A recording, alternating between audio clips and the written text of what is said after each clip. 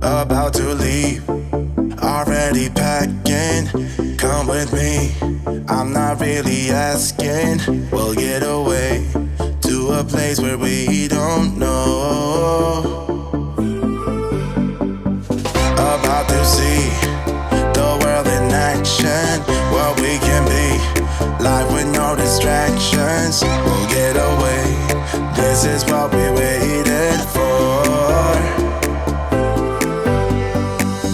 Take my hand, we'll make it somehow. We can't miss out. I'm done living life with the lights out. Die with my own doubts. Be free with me. Let's be free with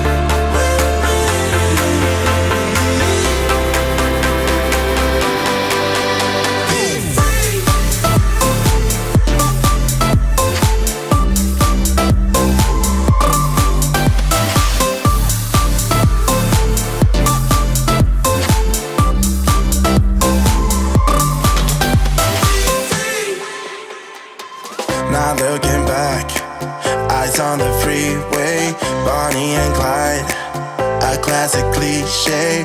We're on the run, this is what we waited for. Take my hand, we'll make it somehow. We can't miss out. I'm done living life with the lights out. Die with my own doubts. Be free.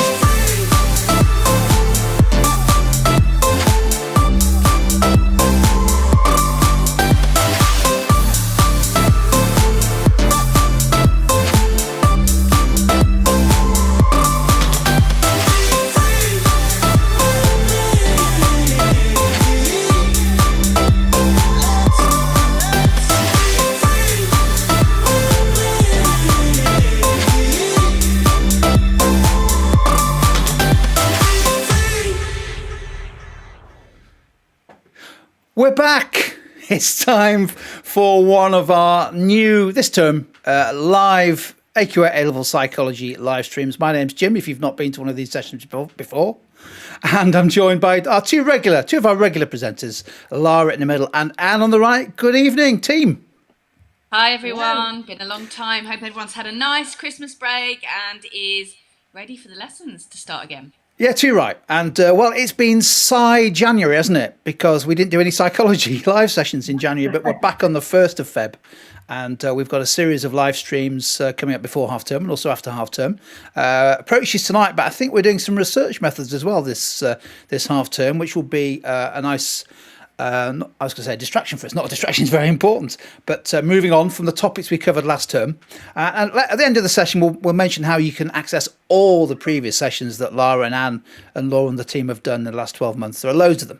But for now, it's approaches. So if you're joining us live, lots of you are joining us live. I can see in the live chat. Have a go at the questions in the live chat window. If there's anything you're not sure about, please ask. And don't forget, with Lara and Anne, we can usually expect one or two supplementary bonus questions as we go. So be on your toes for those. If you're joining us on replay, then of course no live chat, but please pause the video, have a go at the activities and the questions. Who's starting off tonight, Lara? Do you want to introduce tonight's session? Yeah, sure. So I'm going to kick us off. Fantastic. And then we're going to alternate with games. Anne will go next. We're doing comparison of approaches today. Okay. Does tend to be an area that is maybe a little bit overlooked and students really struggle with in terms of the 60 markers especially. So that's why I've decided to do a session specifically on comparing approaches. So fantastic. Okay, enjoy everyone. Okay, so comparison of approaches. Obviously, this is paper 2. Really what's important here is knowing where each approach sits on issues and debates, because issues and debates is kind of a really easy way to compare the approaches against each other and know the similarities and differences between them as well. So like I said before, students do tend to struggle quite a bit with the structure, particularly on comparison essay questions. So those 16 markers that are asking you to compare kind of two approaches against each other. So we're going to look at how to structure a comparison essay towards the end of the session today. And we're really going to be utilising throughout the session how we kind of recycle our issues and debates into our evaluation here, with comparing and contrasting the approaches against each other. So, like I said, comparison extended questions we're going to focus on towards the end. What's really important to also realise is the command words. I know you're probably all maybe thinking or rolling your eyes, we know these command words, but particularly with the comparison extended questions, often enough the way they're worded sometimes can throw students off, and it means that they end up outlining too much in a comparison essay, when really what they're looking for more is that discussion between the approaches. So we're going to look at the command words in the question we look at later on today. Comparing really is simply identifying the similarities and differences of two or more approaches depending on the wording of the question, and that obviously could be strengths or weaknesses of that particular approach.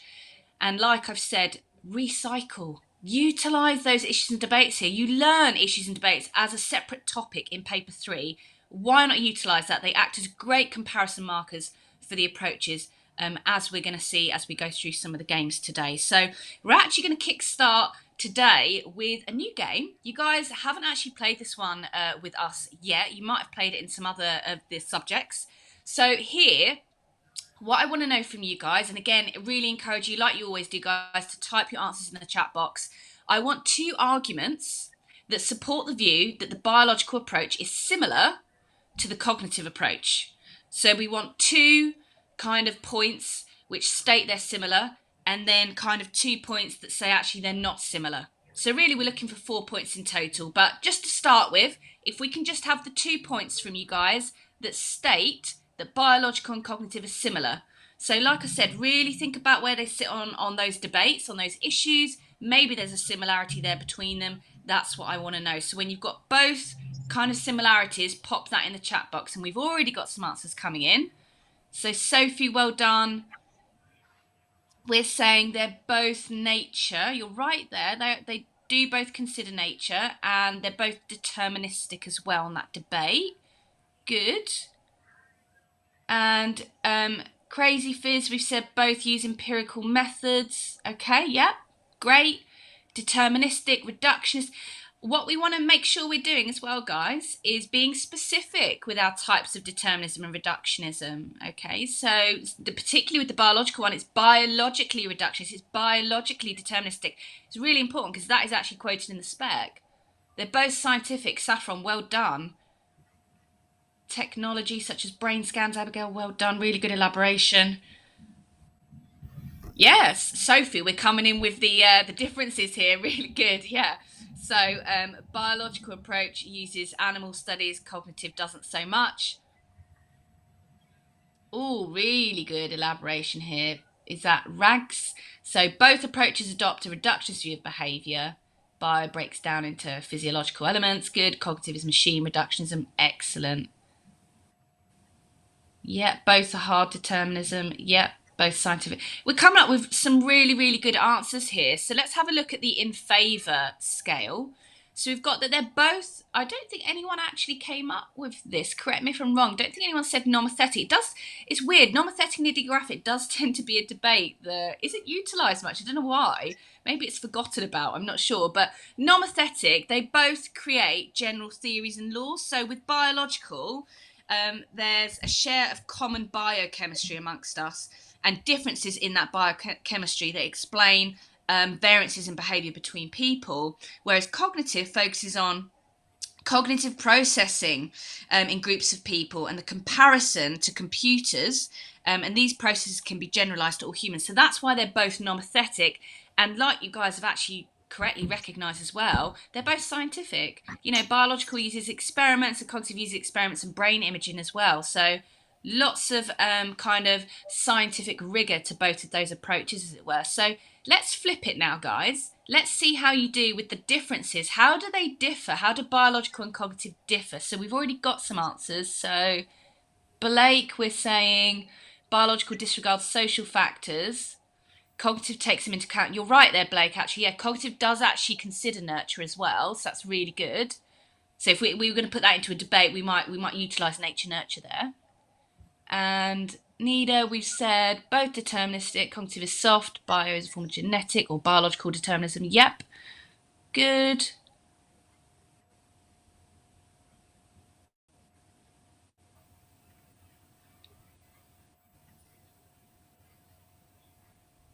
Yep, some really good answers. Anybody else want to have a go before we go through the answers of the differences? Any other debates you can think about? Oh, Charlie, that's a good one. So cognitive explanations can be treated with CBT or therapy. Biological generally treated with drugs. So yeah, we've got different kind of interventions there that have come out from those approaches, definitely.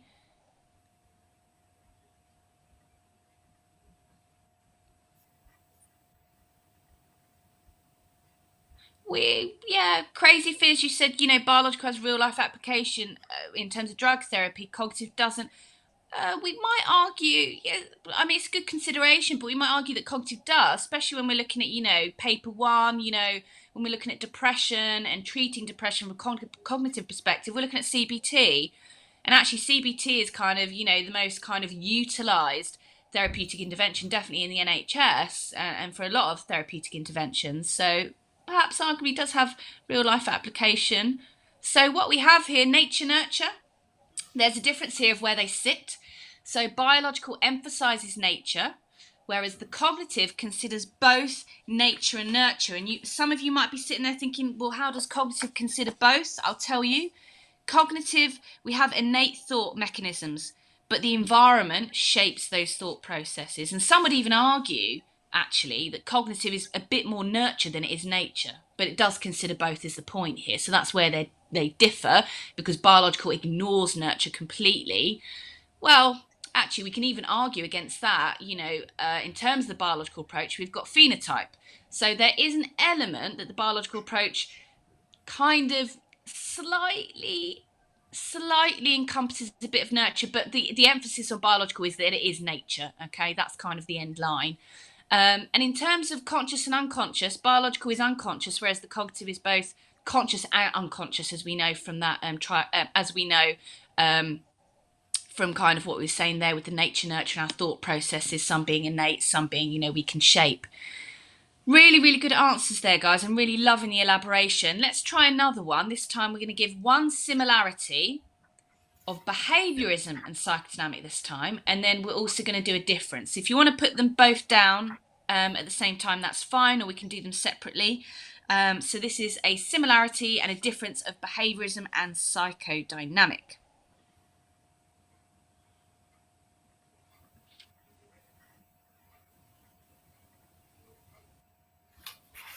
Maybe a bit more of a trickier one to compare, maybe.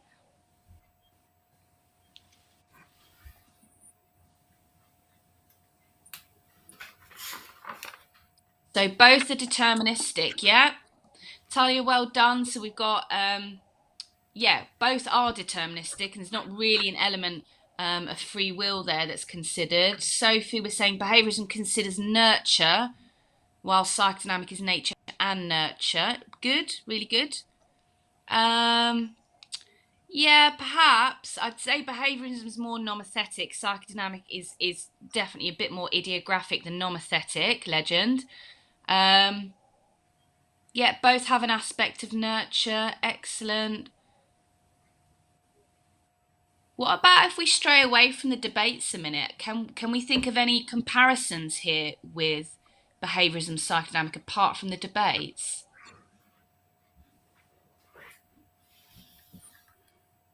Yeah, really good, Nida, for being specific there with your types of determinism. So again, make sure you're reading this properly, guys. We're comparing behaviorism and psychodynamic.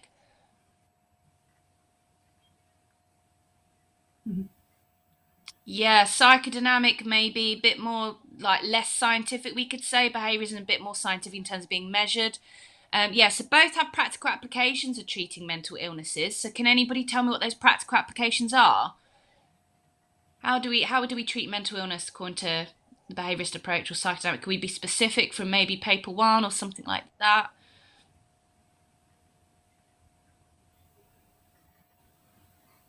Yep, Abigail says psychotherapy, good for psychodynamic. What about for behaviorism, specifically in psychopathology? Can anybody give me an example from psychopathology? Yeah, really good crazy fears. We've got flooding.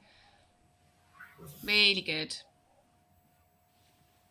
Perfect. Someone's just saying CBT, so that's obviously our kind of amalgamation between cognitive and behavioural. Yeah, so Sophie, well done. Behaviourism treats phobias. Yes, we've got systematic desensitisation. Well done, Blake, and flooding. Excellent, really good, guys, for remembering that from paper one.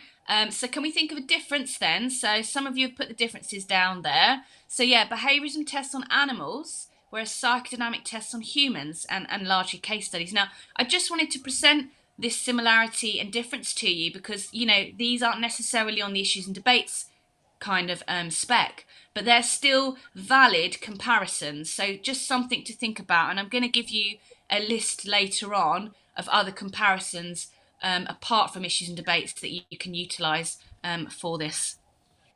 Okay, we've got one more, I think, comparison to do. So this time we're doing SLT, social learning theory, and humanism. So we're going to do a similar thing, guys. Let's see. One similarity between them and one difference. What have we got? And the more you can elaborate, the better for this one.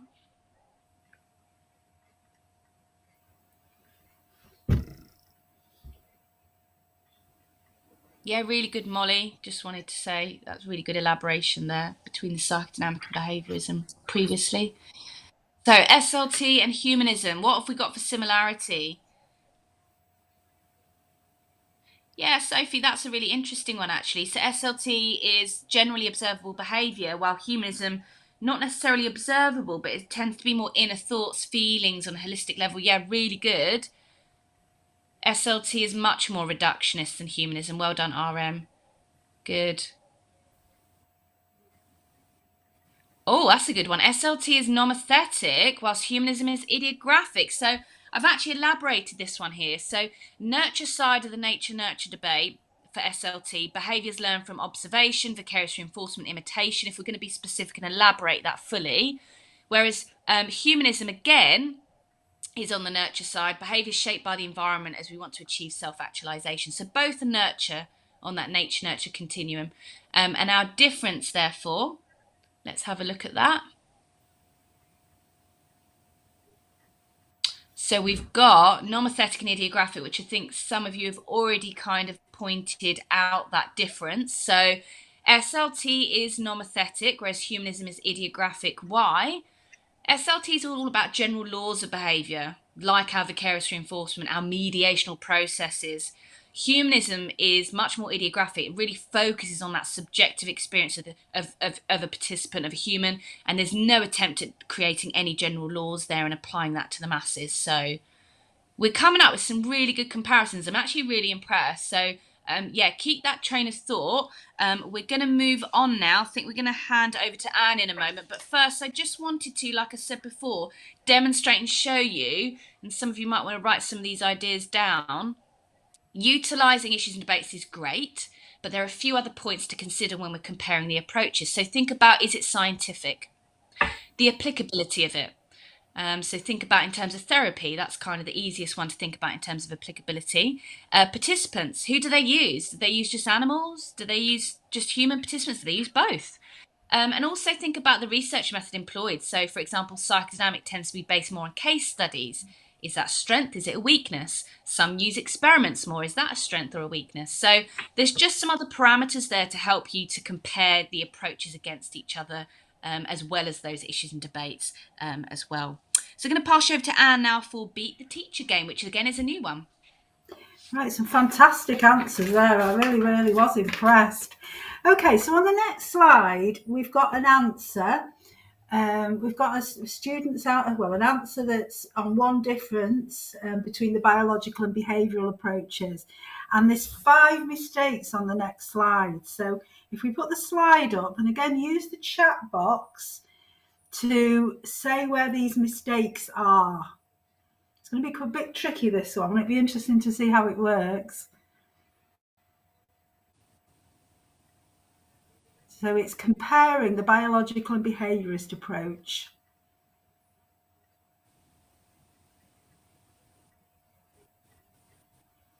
But they've got some words wrong. So what's the first word that they've got wrong in there?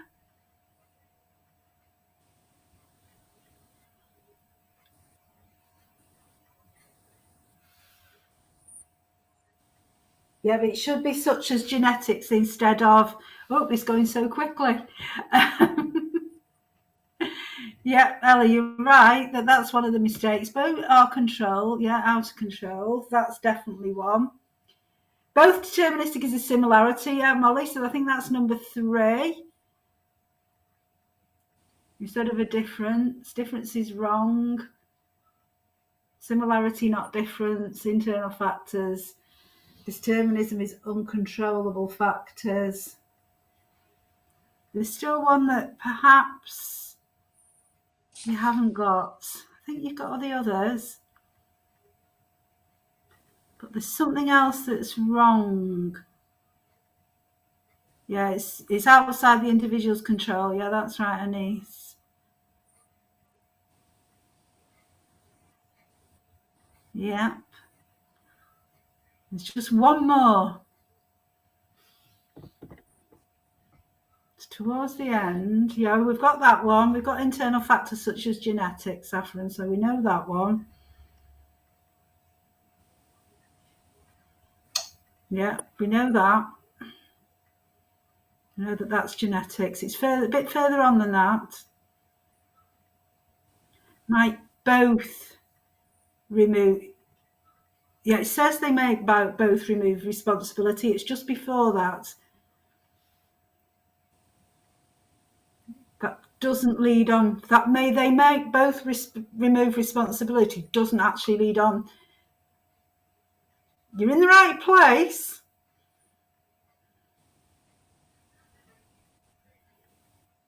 Is it only the biological approach that ignores free will? I'm giving you the answer now.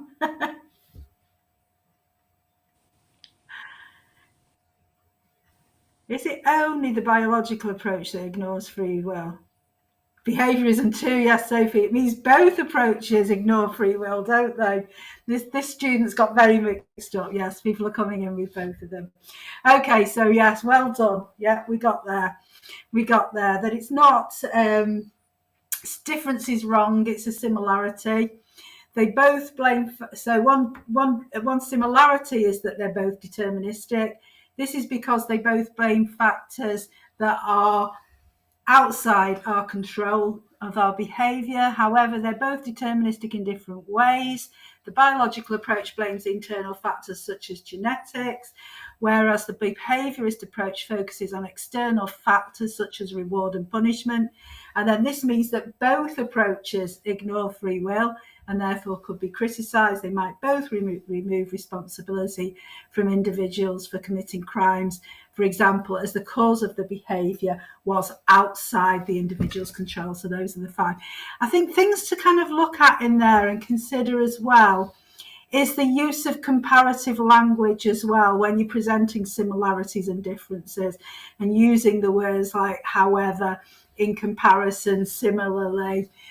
Whereas is always a nice word when you're writing a comparison between one thing and something else. So it's making sure when you're asked to compare approaches, to make sure that you're using that language. On the other hand, conversely, you can have a long list of words that you can use in these sorts of essays. Okay, but well done. As between you got all of those. So I think that's just the slide that we had before, isn't it? So, yeah. So yeah, just to emphasise this, thank you so much, Anne, for that new game. Just to emphasise, obviously, like I said, Do you find that students tend to struggle with those comparison extended questions? So we're going to actually have a look at one now, and we're going to obviously focus on those command words like I said. So if we have a look at the question, we've got outline and evaluate the humanistic approach. In your discussion, make comparisons of at least one other approach in psychology. Now, if we're going to break this down, and in terms of the command words, really we could say outline and evaluate the humanistic approach. So we're going to outline the humanistic approach. That's going to be our AO1, our outline and description. Okay, so the key elements of humanism. Okay. The evaluate, yes, we're going to be evaluating the humanistic approach, so looking at the strengths and weaknesses of it, but we're also going to be comparing that, as it asks you to do so in your discussion, with other approach or approaches. It can be a couple, or it can be one other approach. So let's actually have a look at the plan for this that I've made. So if you're going to just make a really quick kind of plan, if you've got this in your exam in the plan box, you might have a plan that looks a bit like this. So your outline of key features of the humanistic approach. So you might talk about free will, you might refer to Maslow's hierarchy of needs, congruence, conditions of worth, etc. You wouldn't need to refer to all of that. Remember, the key here is not writing a shopping list, but it's on the quality of your written material. So the elaboration, the extension, the examples demonstrate to the examiner that you really truly do understand what we mean with the humanistic approach to understanding behaviour. In terms of the discussion, like I said, you are evaluating the humanistic approach, but in doing so, you are comparing that with other approaches. So if we look at the kind of weakness side, if you like, we'd say that the humanistic approach is unscientific. So it's a weakness. You might then, in your point, once you've explained why it's unscientific, you might then go on to compare that with the biological approach in saying, this might be better because, it is scientific because of X, Y, Z. In terms of the strengths of the humanistic approach, you might say, it's a good thing because it does support the concept of free will, and you'd explain why that is and how that is. You'd then, in the same point, compare that with an approach, for example, that doesn't utilise free will, like the biological approach or psychodynamic, and you'd say maybe why that's a bad thing and why the humanistic approach is better, if you like. And again, you could also, with the point of holism, humanistic is very holistic. That's a good thing. And again, you might compare that with the biological or the cognitive approach. So this exam question skill here is really just to demonstrate. This is just one question, really just to demonstrate noticing those command words, because often enough what students sometimes fall into the pit of doing is outlining humanism, but then outlining another approach.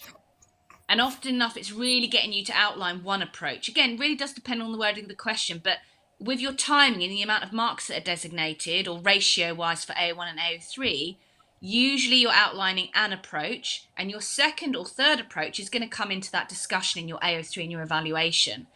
And I think it really wouldn't be a bad thing to have a look at those comparison essays that you've got access to, guys, on the AQA website, and we've definitely got some sample ones on the Tutor2U website as well in our resources. So definitely something to have a go and practice that and check with the mark scheme, because it is likely to, for a 16 marker potentially to come up on the comparison grounds. So any questions on the comparison essay there, then type them in as we go for the rest of the session. But I'm going to pass you back over to Anne now, who's going to do the last game, which is chain of analysis.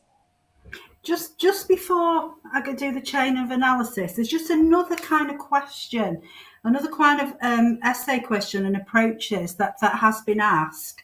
And that question, it was, I can't remember which approaches it was on, but let's do it around this. The question was like, outline the humanistic approach, compare the humanistic approach to the biological approach.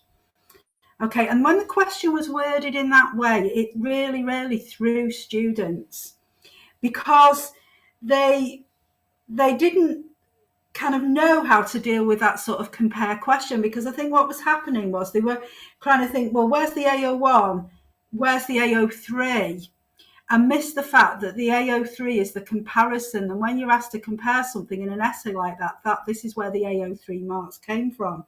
So given the question, outline the humanistic approach, the AO1 marks are for outlining the humanistic approach. There aren't actually any marks for outlining the biological approach, which is the second approach. The marks, it's 6 marks for outlining the humanistic approach, and then the 10 marks, if you like, for comparing the humanistic approach to the biological approach. And so a lot of students went kind of really tried to outline both and then evaluate both and didn't really compare them at all. So that's linked to what Laura's saying about make sure that you read the question very carefully and only really do what the question asks you to do. I think sometimes, I know I've been guilty of it in exams, you see the question and you read what you think it is rather than what it actually is. It's very important to take the time just to underline those words and think, what exactly is this asking me to do? Break it down. The other thing I'll just add in quickly, Anne, on that, is you just reminded me that particular question, or the question we've just gone through, it's really important that when you do your discussion, your evaluation, your AO3 guys, that you don't evaluate humanism and then you don't just evaluate separately another approach. This is about joining them together and comparing them with their similarities and differences. And students often, if like that question Anne gave, outline the humanistic approach, compare and contrast that with, psychodynamic, let's say, which has actually been a question. You're not evaluating humanistic and then separately evaluating psychodynamic. You are evaluating humanistic and comparing that off with psychodynamics. It's really important to kind of understand that skill in that discussion section. Yeah, they're very challenging questions in this area, which is why we're covering it tonight. So yeah, just be aware of that and be, practice, as with everything really. Okay, so chain of analysis. I mean, we've played this game before, but we've called it something else. I think we've called it scrambled sentences, but it's the same idea, because a chain of analysis is an evaluation point, an analysis point where there is a logic to it and a flow, and that's what forms your chain. So this is a point that you could use where you were comparing the cognitive, you're evaluating the humanistic approach, but you're comparing it to the cognitive approach. Okay, so use the chat box, but don't put anything in the chat box until you've decided the order of those 5 sentences. And let's see who can be the first one to get them in the right order.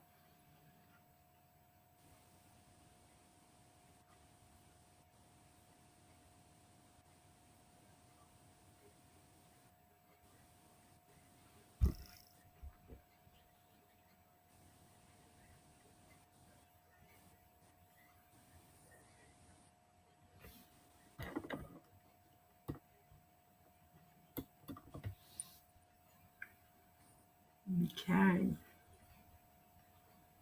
Gone very quiet there.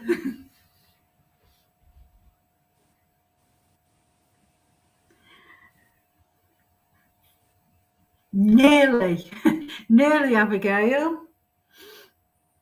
Nearly, Blake. And on 2, 3. Oh, who's that? 2, 3, 5. Abby, I think. 2, 3, 5, 1, 4. 2, 3, 5, 1, 4. Yep, Abby got it. Well done, Abby.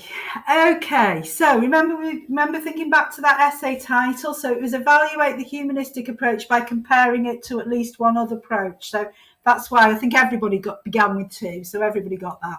So a strength of the humanistic approach is the holistic perspective in explaining behaviour. Nice use of words. That it's a really, kind of sort of a wow evaluation point there. It's grab the examiner. You sort of thing when you're marking it, you think, yeah, that's a nice one.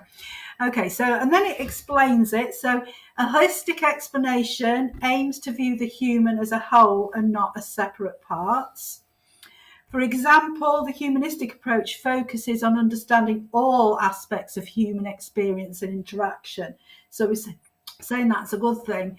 In comparison, so here's the comparison then, you're bringing in the other approach now, as you've been asked to. So in comparison to the cognitive approach, which attempts to reduce explanations of human behaviour down to the level of computers, known as machine reductionism. And somebody earlier, when you were doing the balancing activity, some of you brought that one up. And then finishing it off, so, why, because you're going back to why is this a strength? So unlike most approaches that reduce behaviour down to simple components, the humanistic approach attempts to provide a complete and realistic understanding of human behaviour. So within there, you've highlighted that strength, you've compared it to the cognitive approach, which you've been asked to do, and then in the final sentence, you've really hammered that home, and it's the kind of so what bit, and explain why it's a good thing, that the humanistic approach is holistic, because it offers this complete and realistic understanding of human behaviour. Because that's the bit, it's often the ending of an evaluation paragraph that can end up being quite weak, and you're left looking at it thinking, well, so what? What is that saying? But this paragraph has really hammered it home, why it's a good thing, it's a strength of the humanistic approach that it's holistic. So a very nice evaluation paragraph that's complete there. Okay, so have we got any more questions, I think? Hang on. I'm just wait there. Okay. I reckon the answer to that last question was 23514. Can you check that? See what? I think you're late to the party, Jim. That's what I think. You still be doing it. As always. I tried every combination, but eventually... All right, it's just trial and error, yeah. eventually got the right answer. We've packed a lot into that half an hour, haven't we? In terms of a tricky 16-mark area on the comparison of approaches.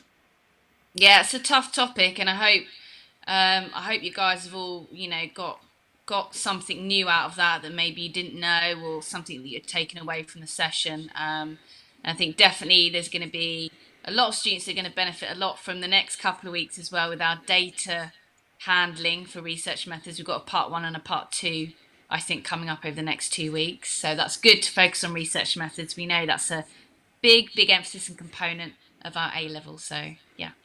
Fantastic. Great start to the series, and well done to everyone who joined us live. I mean, the standard was set last term, but it's been raised a notch this term already, isn't it, with those answers in the live chat? Just fantastic stuff. That I hadn't even thought of, and you're reading them and thinking, oh yeah, that's a good one. And you wrote the book on approaches, Anne, so just watch. My favourite wording, which is extrapolation from animals to humans. I just think that's such a great word. So well done, whoever that was. Fantastic stuff. And I'm sure those joining us on replay have done similarly well with their efforts at those activities.